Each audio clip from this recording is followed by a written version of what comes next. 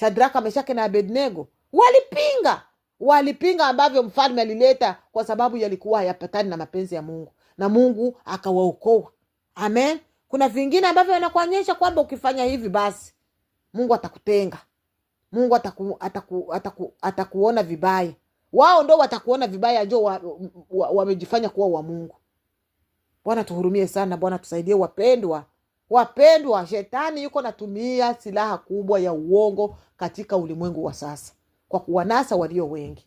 Anaona mlishajua usharati ni dhambi, nini kuiba, nini, lakini huu ni hii ni silaha kubwa ambayo shetani yuko natumia katika kuangusha watu wengi. Uongo ni silaha kubwa sana ambayo shetani yuko anaitumia, aidha kwa madini, aidha kwa mafamilia, aidha kwa wapendwa.